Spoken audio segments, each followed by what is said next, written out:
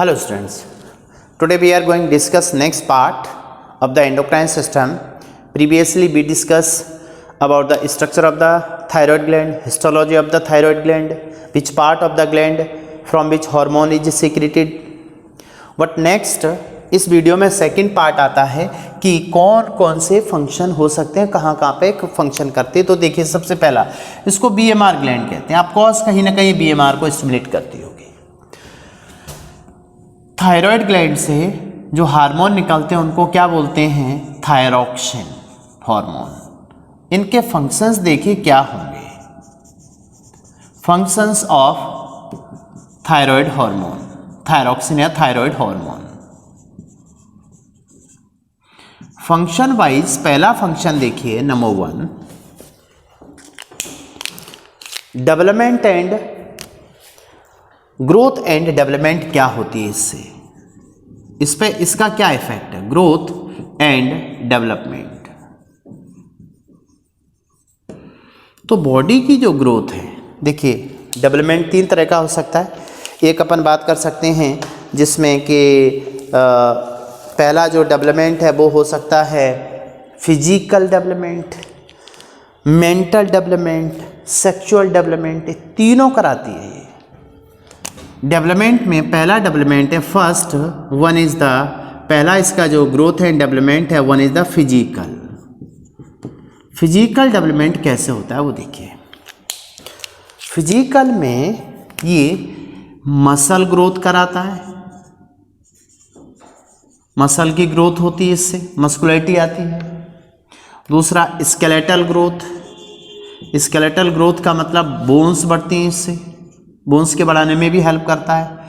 And third one, इससे body की जो हाइट है वो भी बढ़ती है, हाइट को इंक्रीज करता है। इसका मतलब है ये increase height increase by increasing rate of cell division, cell division की रेट को भी बढ़ाता है। इसका मतलब है ये ग्रोथ हार्मोन की तरह बॉडी की ग्रोथ करवाने के लिए जरूरी होता है। तो पहला इसकी जो ग्रोथ हुआ वो हुआ नंबर 1 फिजिकल। फिजिकल के बाद में दूसरा सेकंड ग्रोथ है वो है सेक्स ऑर्गन। तो सेक्स ऑर्गन की ग्रोथ को क्या करता है? ये इंक्रीज करता है, एनहांस करता है। Third one is the mental growth. Mental growth में क्या होता है देखिए, ये एक्टिवेट करता है, activate to the synthesis of myelin sheath. जो माइलिन शीथ होती है बॉडी में इस नर्व पर, देखिए क्या होता है जब नर्वस सिस्टम डेवलप होता है तो इसमें ये पार्ट नर्व सेल कैसी होती है, ये देखिए फूला हुआ पार्ट होता है सोमा, और इस सोमा से ये जो इलोंगेटेड लंबा पार्ट है ये एक्सोनिक बटन है, टर्मिनल है, सोमा पार्ट है ये। तो इस एक्सोन पर देखिए ये जो लंबा पार्ट होता है क्या होता है? एक्सोन होता है। और इस एक्सोन पर देखेंगे तो यहाँ पर ये इस पर बनती है माइलिनेटेड नर्व फाइबर बोलते हैं इसको, that is the myelin sheath. ये माइलिन शीथ है। तो माइलिन शीथ ये एक्चुअल में इसकी माइलिन शीथ है। माइलिन शीथ के सिंथेसिस को इंक्रीज करता है थायराइड हार्मोन। तो कहीं ना कहीं इसका रिलेशन मेंटल डेवलपमेंट से भी है। पहला growth and development function 1 and function 2 on BMR, basal metabolic rate. ये बेसल मेटाबॉलिक रेट को एक्चुअल में इंक्रीज करता है, इसलिए इसको बीएमआर ग्लैंड भी कहा जाता है।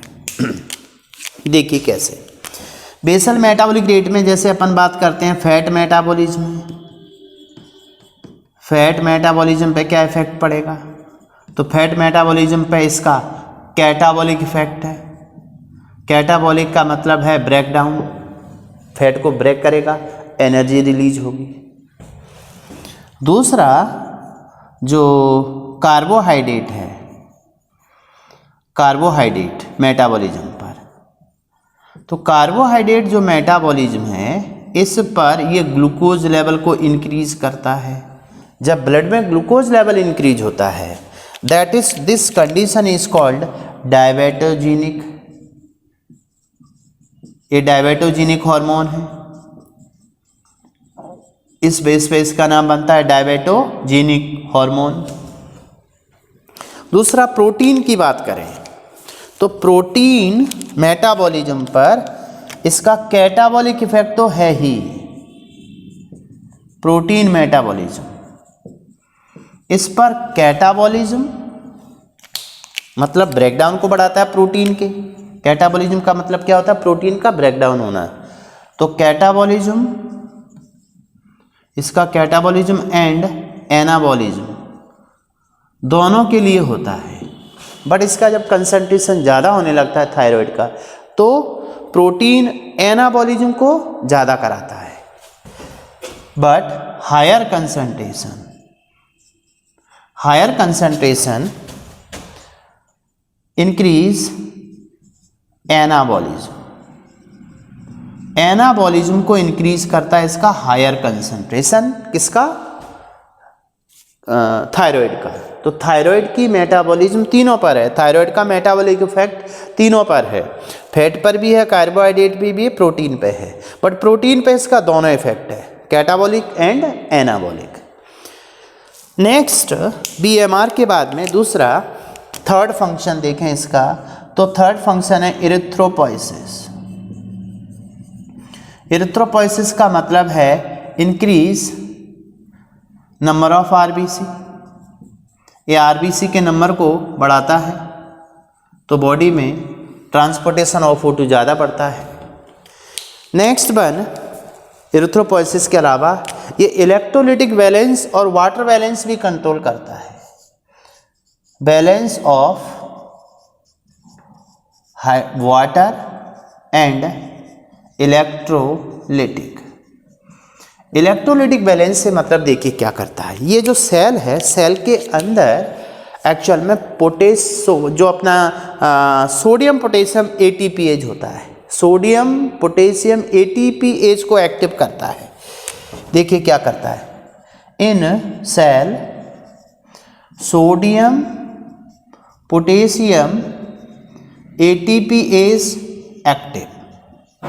जब sodium potassium ATPase enzyme active होता है तो इससे क्या होता है, सेल के अंदर O2 कंजप्शन बढ़ने लगता है। तो इसके लिए नंबर ऑफ माइटोकॉन्ड्रिया बढ़ने लगती हैं क्योंकि क्रेब्स साइकिल माइटोकॉन्ड्रिया के अंदर होगी।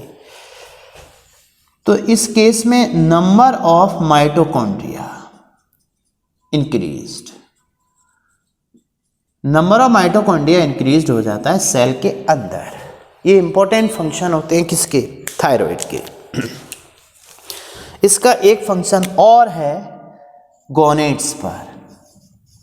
गोनेड्स जो टेस्टिस एंड ओवरी हैं उस पर एक्चुअल में क्या करता है, ये रेगुलेट करता है स्पेशली फीमेल में मेंस्ट्रुअल साइकिल को।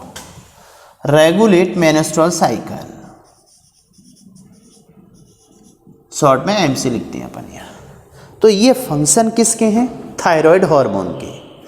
अब थायराइड हार्मोन का रेगुलेशन कैसे होता है वो देखिए। Regulation of the thyroid hormone body में कैसे काम करता है रेगुलर वे में।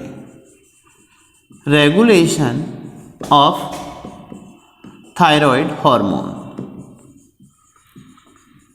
जैसे मान लीजिए थायराइड हार्मोन का बैलेंस फिक्स रहना चाहिए बॉडी में ब्लड के अंदर, क्योंकि इसका लेवल कम या ज़्यादा हुआ, मान लीजिए लेवल कम हो गया तो सारे एक्शन कम हो जाएंगे। यदि इसका कंसंट्रेशन बढ़ गया तो ये सारी हाइपर एक्टिविटी हो जाएगी, उससे डिसऑर्डर पैदा होगा। तो हार्मोन जो कैसे, ये हार्मोन थायराइड कैसे रेगुलेट होता है वो देखिए यहाँ पर। जैसे जनरली अपन देखते हैं तो master of master is equal to hypothalamus. सारी ग्लैंड को कंट्रोल करने वाला कौन होता है? हाइपोथैलेमस। हाइपोथैलेमस से रिलीज होते हैं thyroid stimulating hormone releasing factor. Hypothalamus से रिलीजिंग फैक्टर निकलते हैं थ्रू द पोर्टल सिस्टम। ये पोर्टा सिस्टम है थायराइड ग्लैंड का, हाइपोथैलेमिको हाइपोफाइसियल पोर्टा सिस्टम। तो पोर्टल सिस्टम का connection, portal system means blood supply, portal vein के थ्रू ब्लड सप्लाई हो, और वेन क्या करती है, ब्लड कलेक्ट भी करती है और किसी दूसरे ऑर्गन को ब्लड सप्लाई भी करती है। जनरली देखिए क्या होता है, जैसे ये ऑर्गन है तो यहाँ से ब्लड कलेक्ट कौन करती है, वेन, और इसको ब्लड सप्लाई करती है आर्टरी। बट यहाँ पर क्या होता है, ये जो वेन है ये दो ऑर्गन के बीच में होती है, तो इस ऑर्गन से तो कलेक्ट करेगी और इस ऑर्गन को सप्लाई करेगी। तो ये ऑर्गन हाइपोथैलेमस है, ये दूसरा ऑर्गन एंटीरियर पिट्यूटरी है। तो इसका काम क्या होता है, एंटीरियर पिट्यूटरी को ब्लड सप्लाई करना। ये एंटीरियर पिट्यूटरी है, इस एंटीरियर पिट्यूटरी पे काम किया TSH, RF, TSH को रिलीज करने वाला फैक्टर।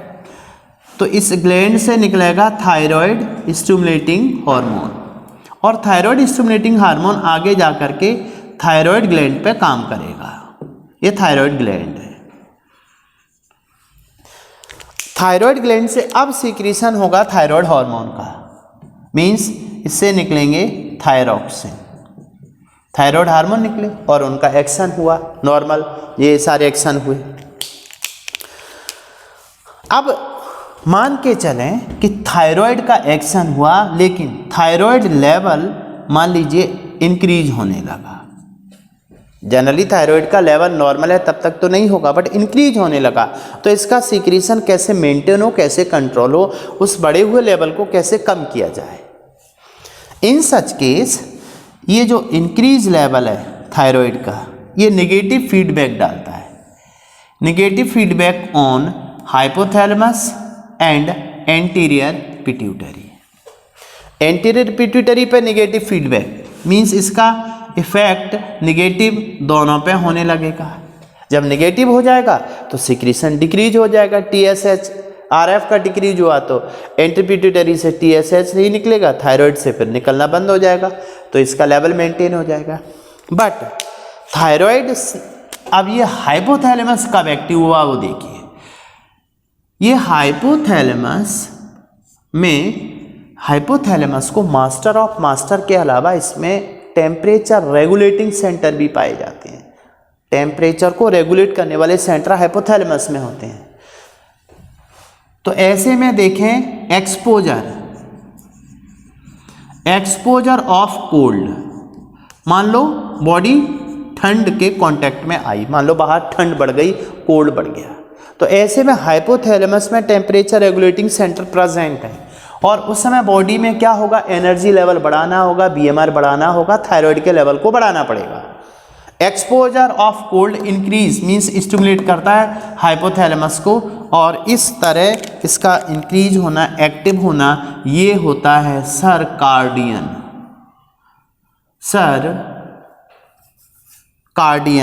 रिदम। इस रिदम को बोलते हैं सर्कार्डियन रिदम। रिदम का मतलब एक रेगुलर वे में फंक्शन करना किसी भी हार्मोन का, किसी भी ग्लैंड का। तो ये तो रेगुलेशन ऑफ द हार्मोन हुआ। अब इसके बाद दूसरे पार्ट में देखेंगे कि यहाँ पर नेक्स्ट वीडियो में कि इस थायराइड की कमी से, हाइपर से, हाइपो से कौन कौन से डिसऑर्डर पैदा होते हैं। अच्छा, एक और बात सामने आती है कि जो ये तो थायराइड के बेसिकली ये फंक्शन देखें अपन थायराइड हार्मोन में, स्पेशली ये फंक्शन है T3 एंड T4 के। ये दूसरा हार्मोन एक और है, नेक्स्ट वन थायरोकैल्सिटोनिन।